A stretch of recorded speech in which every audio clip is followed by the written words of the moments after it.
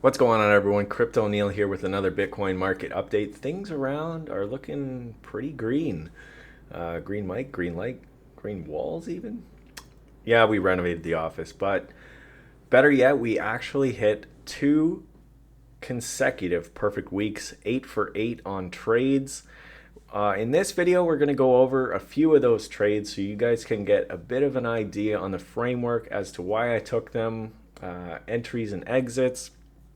And then we're going to look at Bitcoin and just overall where we think the market is going to go in the next few days and coming weeks.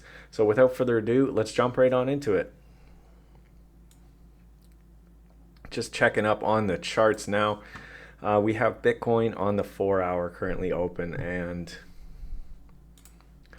as you can see, we are still within this range here. And in the previous video, I discussed that I was looking for either price to sweep these lows and take up some of this first wick before heading higher, or before longing if we bounce off this zone.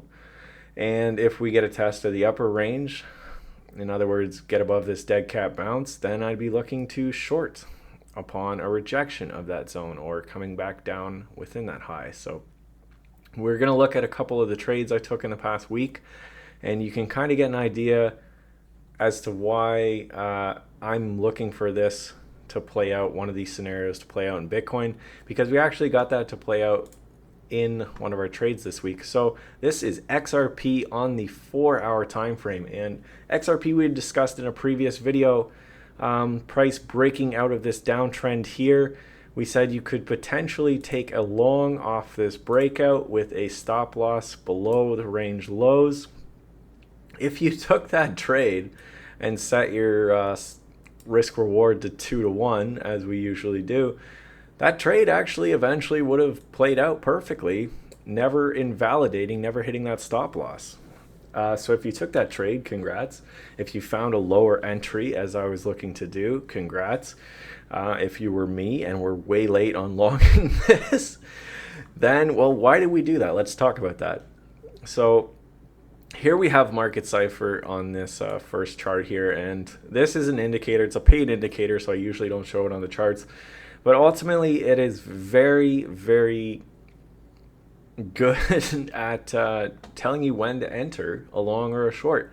And there's 4 indicators on this chart. These blue bulges are momentum waves. The red to green is money flow. The yellow is VWAP, or a form of VWAP.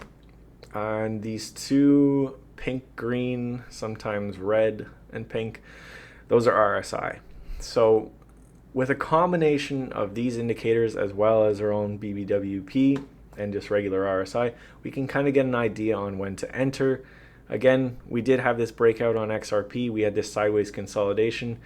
So then we looked at our market cipher. We had money flow, or sorry, we had momentum, these blue waves going higher, forming higher highs.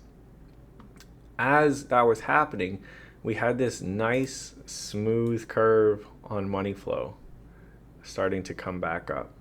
So as you can see, it forms kind of a semicircle, like a crescent moon here, but it's very smooth. It's not over here like choppy and unpredictable. It's quite a predictable move. If you can't see the rest of this chart, you kind of know where it's heading just based off following this curvature. You can actually project where you think it's going to go next, and that can tell you essentially your take profits along the way. So we had, along with these momentum waves coming up, we had these green dots, which are essentially buy signals in this market cipher data set. So paired with money flow going up, paired with momentum going up, paired with RSI crossing above the 50 zone right here, and with this green dot, that is when we took the long on the 4 hour time frame, rode that long up with a 2 to 1 risk reward, and ultimately we were looking for a sweep of this former dead cat bounce. Let's jump back to Bitcoin on the 4 hour. Short rejection zone. Our short zone is above the dead cat bounce. It's when this originally broke down. We want to see price come up here, reject, that's a short zone. So naturally on XRP, since we had a bias to go long, we took a long position, we were looking for the highs back here to get taken before deciding what to do next. So ultimately, with 10x leverage, that was a very, very heavy move on XRP. Once we swept these highs, we took profit, because after that we were looking to see if we either formed some form of higher low or consolidation before moving higher. Because when you get an impulsive move to the upside, you typically don't want to see a very deep retracement before you get continuance and a move higher. So when you start chopping sideways for a period of time, it's kind of a sign that also when you're breaching these highs instead of back testing them, you haven't really found support, and you could just be bleeding back down lower and ultimately dive back into this range. And then this bounce just ultimately was to take liquidity from these highs before heading back down to the bottom side of the range. So you could have shorted the top side of the range. However, because I just took profits on a long that did very well, I wasn't really looking to immediately just jump ship and switch direction. So that's my XRP trade. That profited over 100% ROI. My Ethereum trades, I'll zoom in on. I think I already posted this one on last week's video, Wednesday. Yeah, I believe I did. So on, I think Friday was when I took the next trade. Let's jump into a smaller time frame like the hourly to kind of see what's going on here. So why did I enter so high up on this rally on the hourly, and why did I set these parameters on this trade? Why did I take profit when I did? Well, ultimately I had a really nice run up here, over a 50% gain because I had 10x leverage. I posted this on my shorts, by the way. I think as a 25% gainer, or I honestly can't remember. Check out if you want to know how much I made on my Ethereum trade, go check out my shorts. Slight plug there. And if you find any of this content valuable, don't be afraid to like, comment, subscribe. The name's Crypto Neil, and we're going to get back on into the Ethereum trades now. So with this second trade here, I had a partial position open already, so then I took another long here. I was not afraid to enter higher up since I already had built a position lower and I already had taken profits. So my risk to reward isn't really relevant here. That's why I just have this stop down here. But not zooming in, going back to the 4 hour as to why I took this trade, we had these momentum waves coming up on Market Cypher. So here's 1, 2, 3 waves coming up. That's where we took the original position. And now we have this green dot here. It's kind of hard to see. This green dot right here, where it looked like we were going to set another higher high in our momentum. And we got the green dot before we even hit the zero read or the negative read. So we took another long, or we added to our position rather, and then rode that up for another quick take profit, essentially back when we hit these range highs, because every time we've been hitting these highs, we've been rejecting. So that paired with it was going into the weekend, and I really don't like to hold high leverage positions on Saturday, Sunday, because you get a lot of choppy price action with no liquidity. So it's dangerous to hold leverage positions over the weekend. So ultimately that was when that full position got closed. After netting, I can't remember what I netted. I think 40%, and then I gained another like 22% after that.